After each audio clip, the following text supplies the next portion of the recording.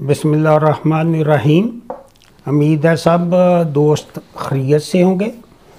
आजकल जो आपको इल्म है कि मुल्की हालात जैसे डॉलर अब ने बड़ी तरक्की की है।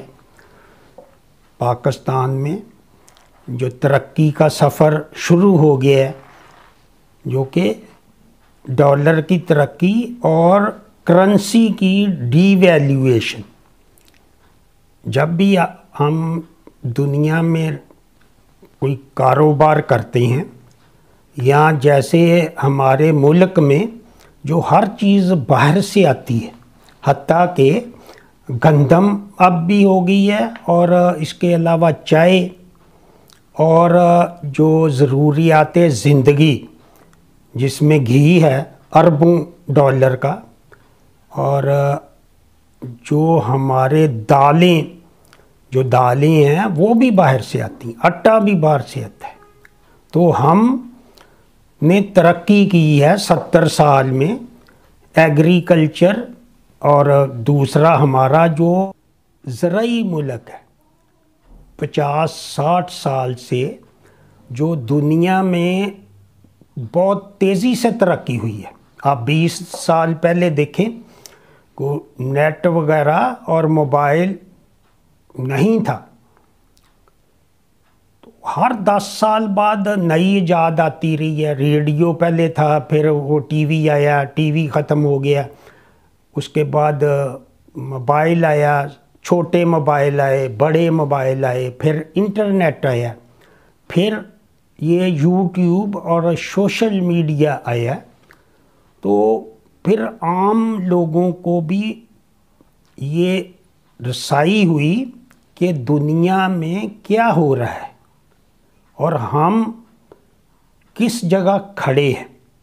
वक़्त के साथ साथ बदकिस्मती है हमारे हमसाया मुल्क में देखें जो हर चीज़ की प्रोडक्शन दुगनी है।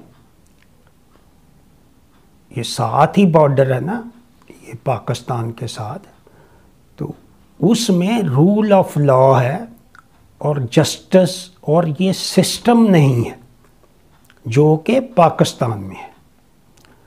तो अरसा 6-7 साल से यही कोशिश थी मेरी कि हाँ हम भी इसी तरह कुछ काम कर सकें।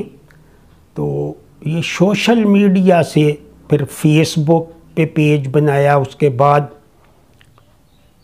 1-1.5 साल बाद यूट्यूब पे चैनल बनाया।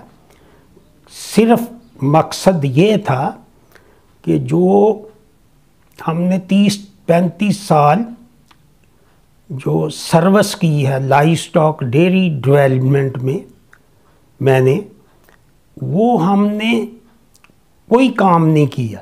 हम जब देखते हैं तो ये बड़ा जुल्म हुआ है।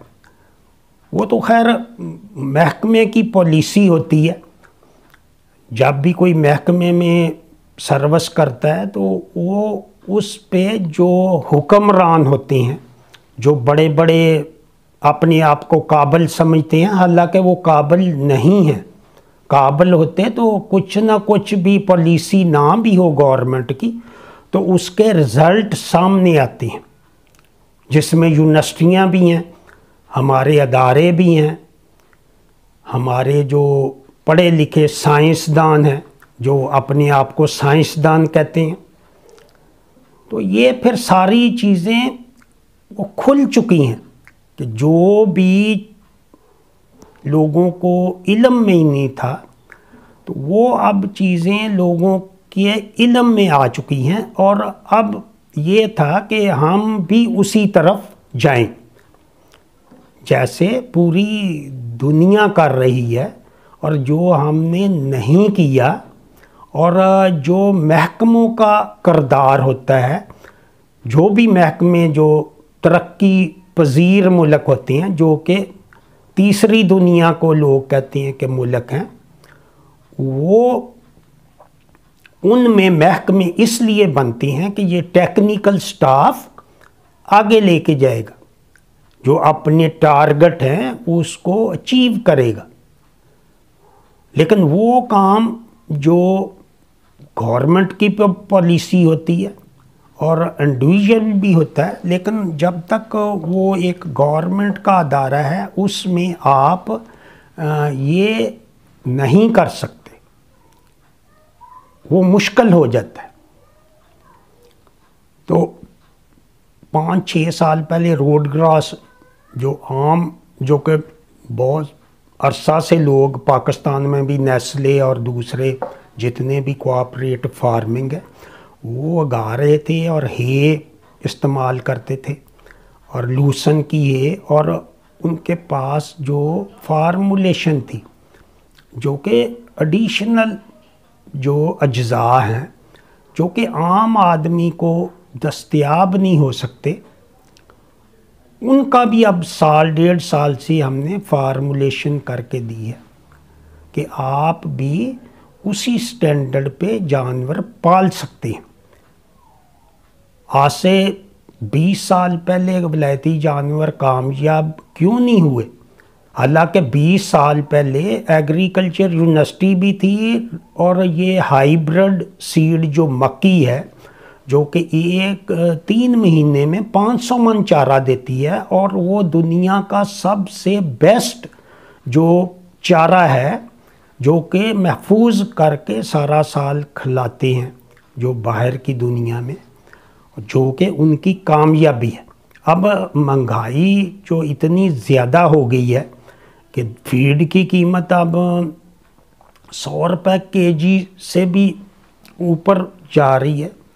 100-150 रुपये जो आटा है, तो आटा जो क्या है 100 रुपये से ऊपर जो अच्छी क्वालिटी का है।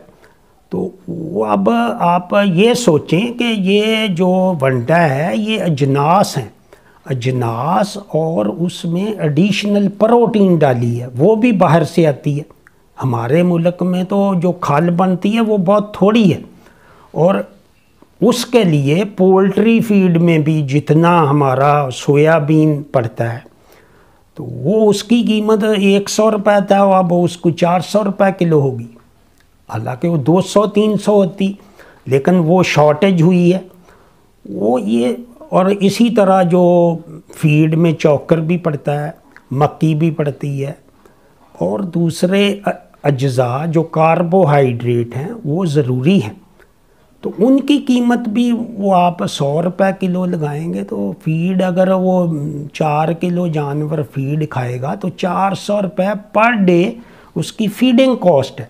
जबकि हमारे आम जानवरों की जब हम 310 दिन या 300 दिन पे जैसे पूरी दुनिया में उसको एवेल्यूएट करते हैं कि पर डे लैक्टेशन कितनी है, तो वो हमारे जानवरों की 1000 या 1500 लीटर है जो, लेकिन ज़्यादा जो है वो हमारे पास कंडम ब्रीड है जो हर एक लोगों ने 2-2, 3-3 जानवर रखे हैं, उनकी प्रोडक्शन जो वो 4 किलो डेली से भी कम है। तो जब कॉस्ट बढ़ेगी और फीड नहीं मिलेगी तो आप देखेंगे कि वो फिर मुश्किल काम हो जाता है। जैसे पोल्ट्री का जो आज से 40 साल पहले ये शुरू हुआ है, तो आप देखें अब देसी मुर्गी नज़र आती है।